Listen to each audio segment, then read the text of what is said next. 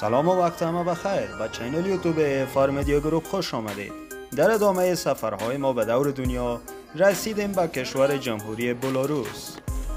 امید از ویدیو ما را تا آخر بیننده بوده و تمام اطلاعاتتان در مورد کشور بلاروس را به دست بیارید. بلاروس یا روسیه سفید یک سرزمین محصور در خشکی در اروپای خاوری است که با کشورهای روسیه، اوکراین، لهستان، لیتوانی هم مرز است. پایتخت آن شهر مینسک است. در بیشتر دوران تاریخ این ناحیه که همکنون تحت عنوان بلاروس شناخته می شود نهایتا در سال 1922 به یک جمهوری در اتحاد شوروی تحت عنوان بلاروسیه تبدیل شد. این جمهوری به طور رسمی در 27 آگوست 1997 حاکمیت خود را اعلام کرد و در پی فروپاشی اتحاد جماهیر شوروی استقلال خود را به عنوان جمهوری بلاروس در 25 آگوست 1991 اعلام کرد. از سال 1994 تا کنون الکساندر لوکاشنکو رئیس جمهوری این کشور بوده است. در پی مناقشات مرزی روسیه با اوکراین، لوکاشنکو قویاً حمایت خود را از روسیه اعلام کرد و گفت کشورش در صورت حمله بر روسیه وارد جنگ خواهد شد و قول داد در صورت درگیری صدها هزار سرباز روس را در خاک خود جای خواهد داد. از لحاظ تاریخی نام این کشور در زبان انگلیسی به روسیه سفید یا به نام تلفظ اصلی خودش بلا سفید اشاره شده است. نخستین کاربرد شناخته شده از کلمه روسیه سفید رایج به بلاروس در اواخر قرن 16 از سوی فرد اروپایی به نام جرومی اورسی صورت گرفت. نخستین بار بلاروس استقلال خود را در 25 مارس 1918 با تشکیل جمهوری خلق بلاروس اعلان نمود. اما این جمهوری عمر کوتاهی داشت و حکومت آن به زودی پس از خروج آلمان سرنگون شد. در سال 1919 بلاروس به جمهوری شوروی سوسیالیستی بلاروس تبدیل شد و پس از اشغال لیتوانی شرقی از سوی روسیه در جمهوری سوسیالیستی لیتوانی بلاروس شوروی ادغام شد. پس از پایان جنگ شوروی و لهستان در سال 1921 سرزمین های بلاروس میان لهستان و بلاروسیه تازه تأسیس تقسیم گردید که یک عضو بنیادی جمهوری های سوسیالیست اتحاد شوروی در سال 1922 شد. در سپتامبر 1939 اتحاد شوروی در نتیجه معاهده عدم تعرض به سرزمین های بلاروس تحت کنترل لهستان پیوست. بلاروس یک جمهوری است که توسط رئیس جمهور و مجلس دوگانه آن مجلس ملی جمهوری بلاروس و مجمع ملی اداره می شود که شامل یک مجلس پایین دستی مرکب از 110 عضو مجلس نمایندگان جمهوری بلاروس و مجلس نمایندگان و یک مجلس بالا دست با 64 عضو شورای جمهوری بلاروس شورای جمهوری است. مجلس نمایندگان اختیار دارد تا نخست وزیر بلاروس را منصوب نماید. اصلاحاتی که در قانون اساسی بدهند به نخست وزیر رأی اعتماد داده و پیشنهادهای راجع به سیاست خارجی و داخلی بلاروس ارائه نمایند. شورای جمهوری این قدرت را دارد که مقامات گوناگون دولتی را انتخاب کند.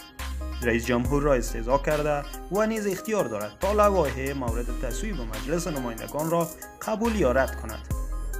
هر یک از این مجامع می توانند هر گونه قانون مساوی به سوی مقامات محلی را در صورتی که مغایر با قانون اساسی بلاروس باشد رد کنند. رئیس جمهور از سال 1994 الکساندر لوکاشنکو رهبر کشور می باشد. دولت شورای از وزرا بر ریاست نخست وزیر بلاروس است. اعضای شورای وزیران لازم نیست عضو مجلس قوه مقننه باشد و از سوی رئیس جمهور تعیین می شود.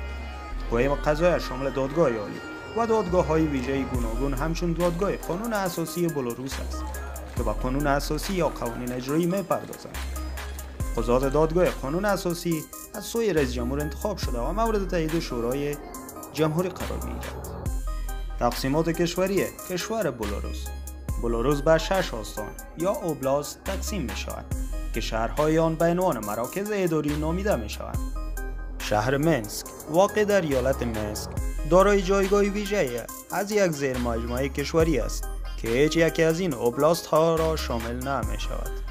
تقسیم بندی زیرگروه اوبلاست میراث دوره شوروی است. اوبلاست ها نیز به زیرگروه های به نام های رایون تقسیم می شوند. ترجمه رایج این واژه بخش یا نواحی است. مقامات اداری محلی رایساوت مشاور رایون از سوی ساکنین رایون انتخاب می شوند و مقامات اجرایی محلی مدیریت رایون نیز توسط مسئولان بالاتر اجرایی منصوب می گردند. به همین صورت هر اوبلاستی دارای یک مقام قانونگذار خود اوبزود بوده که از طرف ساکنان آن انتخاب می شود و نیز یک مقام اجرایی مدیریت اوبلاست که رهبران از سوی رئیس جمهور تعیین می شود. در مورد اقتصاد بلاروس باید گفت که نظام اقتصادی تا حدود 80% تحت کنترل دولت قرار دارد و زمان اتحاد شوروی تا کنون چنین بوده است. این کشور از لحاظ اقتصادی نسبتاً باثبات است، اما تا حدود زیادی در تامین مواد خام به متحد نزدیک خود روسیه وابسته است. صنعت و کشاورزی عمدتاً در دست دولت قرار دارد. بنابراین بلاروس یکی از محدودترین بازمانده‌های اقتصادهای ملی با سرمایه‌گذاری دولتی است. کشاورزی تحت کنترل، کشت اشتراکی با زیربخش‌های عمده کشت سیب زمینی و پرورش دام است. اقتصاد بلاروس تحت فشار اوضاع سیاسی داخل این جمهوری است. این فشار عمدتاً به شکل تحریم‌ها علیه این کشور یا رهبری بلاروس قابل احساس است.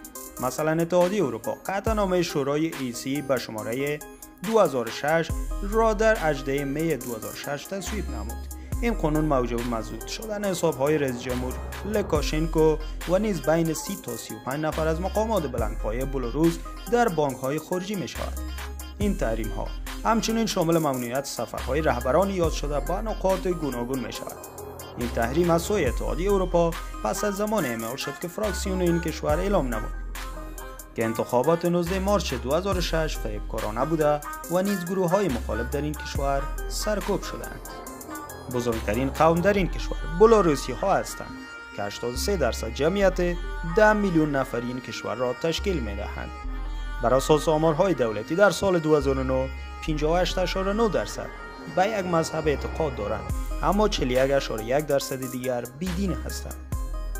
و بزرگترین شهرهای بلاروس عبارتند از منسک، گومل، موگلف، ودبسک، گرودنا، برست، بابروسکا، بارانویچی، باریسواو، اورشا، پنسکا، مازیر، سالیگورسک، نوآپولاس می باشند.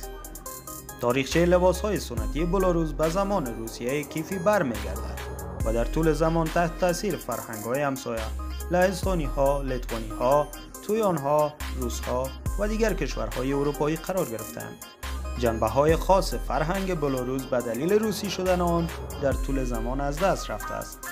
رئیس جمهور لوکاشنکو قوانین را عرضه نموده که ایستگاه‌های رادیو و تلویزیونی را وادار می‌کند پیشرفت روز به روز بلاروس را نمایش دهند، اما این اجرای این کار تفاوتی ندارد، به زبان بلاروسی باشد یا به زبان‌های روسی. دولت روسیه بسیاری از جشنواره‌های فرهنگی سالانه را برگزار می‌کند. بازار اسلاویانتسک، ودبسک، چشمه منسک، همایش‌های تئاتری اسلاونیک، جشنواره ملی دروگری، هنرهای برای کودکان و جوانان، مسابقه‌های هنری نمایشی گروهی جوانان، مشاعره‌های نیزویش، قصر صلح و جشنواره ملی ترانه و شعر بلاروس. این واقعه اجرا کنندگان با استعداد بلاروس را نمایش می‌دهد، هم از این که در موسیقی، هنر، شعر، رقص یا تئاتر دارای ذوق باشند. در این جشنواره‌ها جوایز گوناگونی تحت عنوان قهرمانان شوروی و بلاروسی به خاطر مهارت‌ها در موسیقی یا هنر اعطا می‌شود. شماری از روزهای تعطیل در این کشور نظیر روز استقلال یا روز پیروزی جمعیت فراوانی را به خود جلب می‌کند و نمایش‌های متعددی همچون آتش‌بازی و رژه‌های نظامی در آن برگزار می‌شود. معمولاً این جشنواره‌ها در ودبسک یا منسک برپا می‌شوند. بلاروس دارای 4 مکان میراث فرهنگی جهانی است که 2 تای از آنها بین این کشور و کشورهای همسایه مشترک هستند. این 4 مورد عبارتند از مجموعه قصر صلح، قصر نیزاویش، بلوژسکایا، پوشاچا مشترک با لهستان، طاق زمین پیمان استرو که در آن کشورهای استونی فنلند، لتونی، نروژ، مالدیو، روسیه، سوئد و اوکراین سهیم می باشند.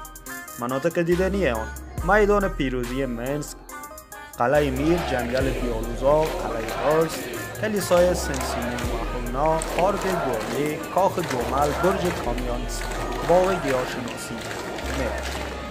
همچنان در بلاروس چندین دانشگاه وجود دارد که هم مسئله دانشجویان زیاد را از بلاروس و سایر کشورها به خود جلب میکند. ویدیو امروز ما به پایان رسید. اگر عضو جدید کانال ما هستید، کانال ما را سابسکرایب نموده و زنگوله را فشار دهید. وقت خوش.